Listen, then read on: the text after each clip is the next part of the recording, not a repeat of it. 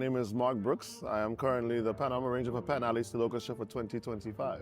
I got into Pan kind of unorthodoxly, so my family wasn't really into Pan, but my dad was a DJ back in the day, so I always liked music. However, I had a neighbor of mine actually encouraged me to go to a Saturday program by Sesame Flyers International. It's a cultural organization in Brooklyn.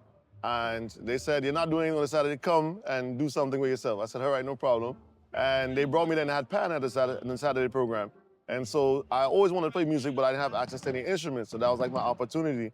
And so from then I just kind of took it and ran with it. I was always interested in the breakdown of how things worked when I started playing Pan. So I do a lot of listening to other like arrangements. So like my dad had got me the CD, Pan Sweet Pan. It's a very famous CD. Everybody has that CD, but on it has like Renegades, has All Stars and stuff like that. But I say a lot about Jit Samuel as an arranger.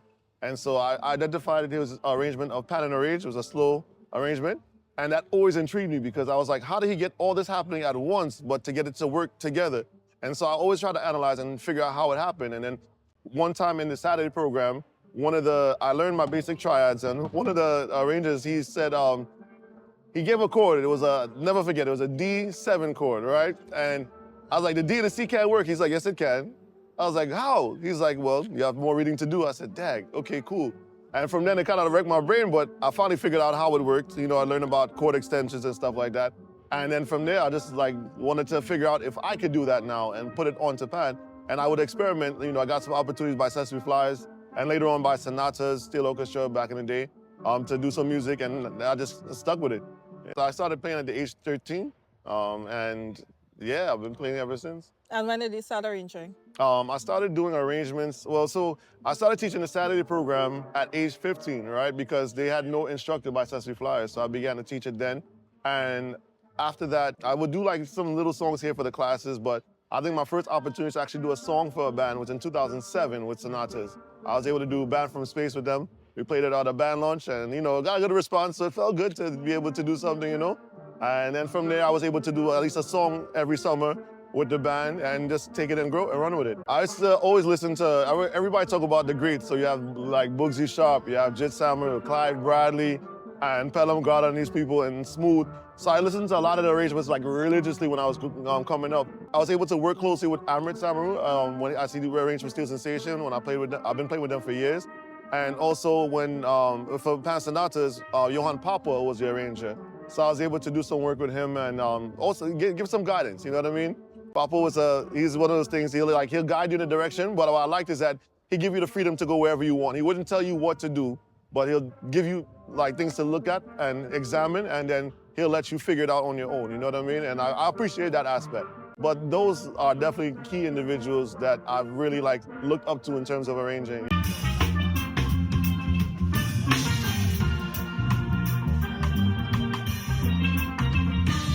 I started off with Sesame Flyers International, then eventually I went to Pan Sonatas, and then from there I was able to do stateside music for New York Pan Stars when it came out, and I did that for roughly about 10 years. And throughout COVID, we had some breakdowns of the band, and so it ended up reorganizing itself. So now it's Unison Steel, so I'm still currently with them, as playing drums with them right now. And Steel Sensation, I've been playing with this stateside from 2001 all the way up, so I've been with them for years. Also, I had the privilege of being able to work with Skiffle in Trinidad. That partnership happened through us going to compete for the ICP competition. And at that point, they said they wanted us on board to do the music for 2016 Panorama. And so we were there from 2016 all the way up until 2023, doing music with them. So that was part of the trio. And I was able to recently do some work with Dante Panton through Starlift and also Dixieland as well.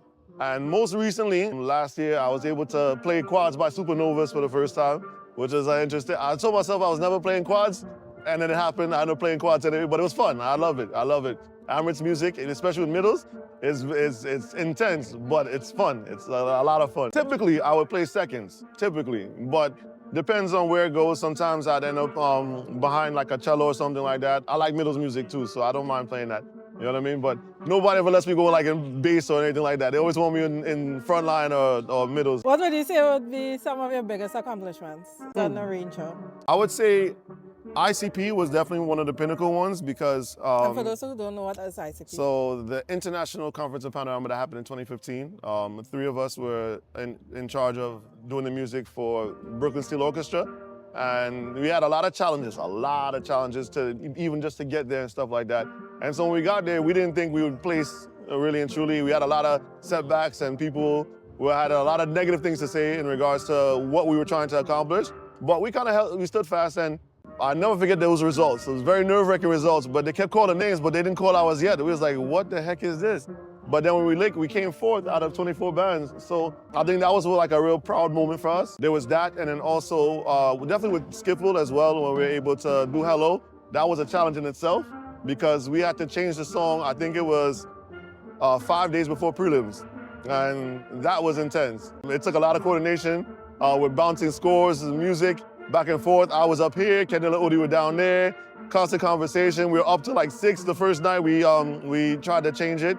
And we had to have people stand by the house where they were. I had to score music while I'm at my desk at work, and then I came the next day to go and see what we could do, and we ended up placing second for finals that year, which again, we didn't really expect, but it was, that was a highlight for us for sure. And then aside from that, I got to do some music for Adlib Steel Orchestra as well. And so the last Panorama I did with them was in 2019, and we were able to place second by 1 point. We lost by 1 point. But I think the band was very much satisfied in terms of the placement because they were, back in the top 3. They had been accustomed to winning when Andre was there, and then it was kind of a lull. So the idea was to see how we could bring it back and, try to make something happen, and it did that year. So that was some highlights.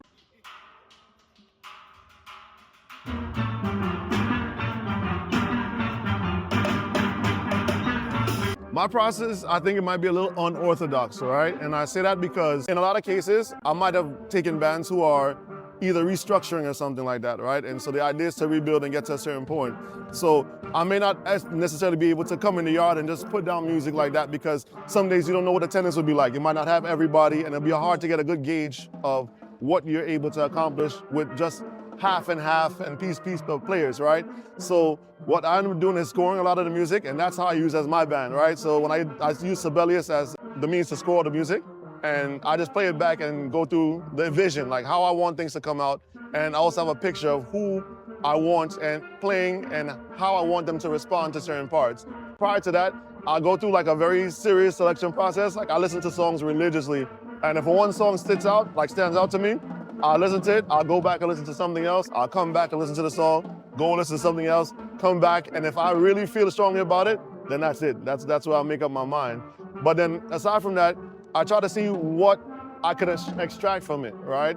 And also, I like to try to figure out what the directions people might not go with the song. So like sometimes I like to choose different motifs from the song or bring across a certain, story aspect. I'm very big on storytelling. So like when New York Pan Stars, when we did Junior Panorama arrangements, I always had like a storyline. And also I like to incorporate the players too. So I'd ask players, what do you want to feel from the song? What do you want to receive when you hear it? And they'll give me their opinions, and I will try to use that because at the end of the day, if you're doing music, the players have to execute. And if they're not happy with it, then you're gonna have a very hard time as an arranger, right?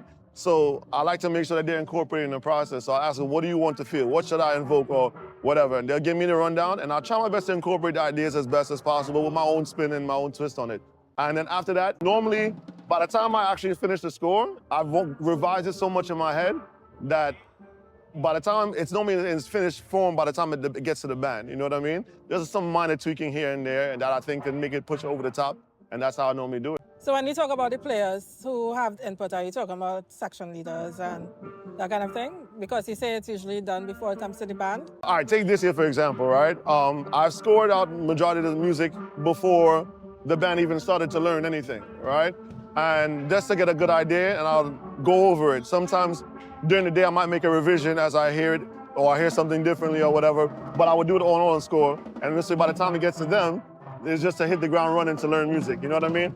I don't like to do too much revisions because sometimes I get frustrated and I don't really want to frustrate them as much. But in terms of the people that I incorporate, I do have people that's around me that I know view music very differently. And not all of them are musicians, not all of them are pan players, but they have a love for music.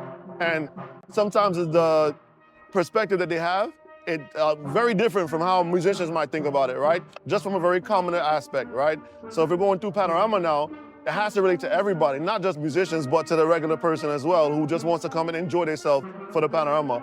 And if it doesn't relate to them, then you might have a problem on your hands, you know? So I like to get those kind of perspectives and see how I can incorporate it. And then I also have people who are musicians as well that would say, hey, you know what?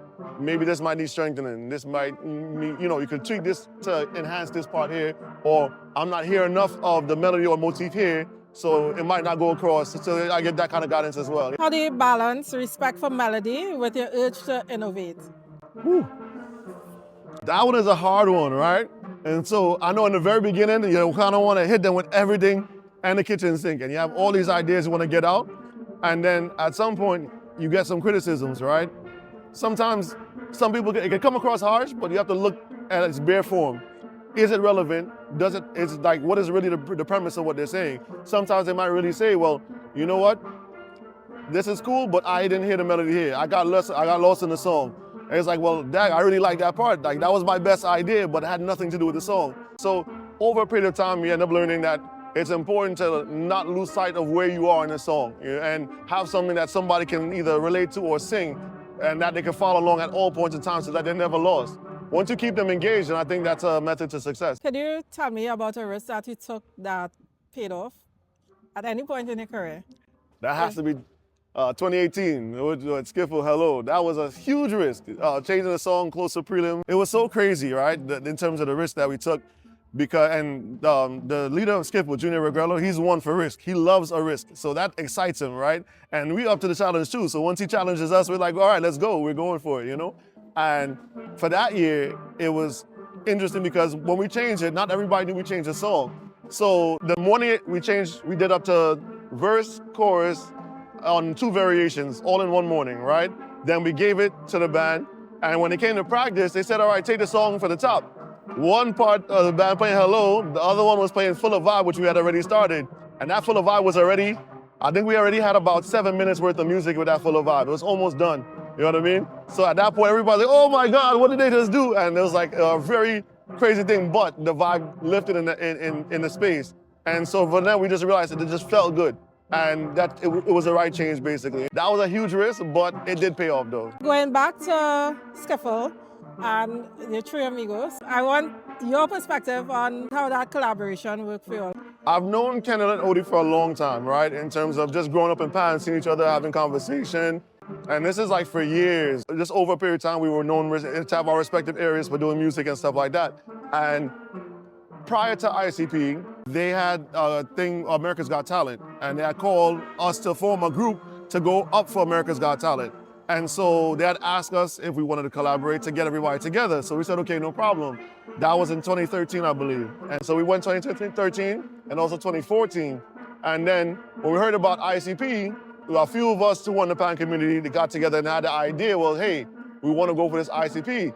So then they said who they want to arrange, and they had extended the invite to multiple people, but ultimately it ended up being narrowed down to myself, Kendall, and Odie to do the music for ICP. And from there, they wanted the same model to go with Skiffle, and from 2016 to come down. And so that's how we ended up sticking together, and that's how we got labeled the 3 Amigos, because at that point you always see us together, we're always on the phone, and always conversing about music and stuff like that. And even now, even though we may not work directly together, we're always talking to each other to figure out how things are going with each other's song. I might spy a little here and there, they might spy on me, you know what I mean? But ultimately, it's like a wellness check, you know what I mean? And just making sure, like, because at the end of the day, it's all musicians, we're all about music, we're all trying to accomplish the same thing. But for us, you know, because we've gotten so close, it's like when one person sees success, we've all seen success. If you had one more rehearsal for finals, and you had to work on one thing, what would you fix or polish? See, rhythm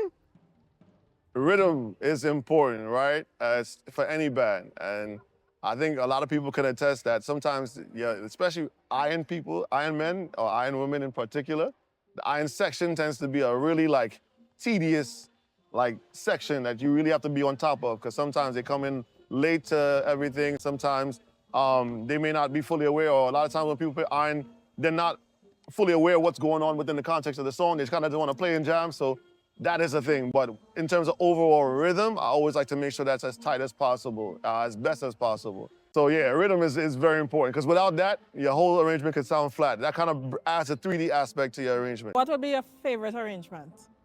Or the one that you're most proud of? I have some ones, I can't really say favorite, but I have some ones that are significant to me for different reasons, right? 2012 was my first time doing a Panorama song for a band up here, for Harmony Steel Orchestra.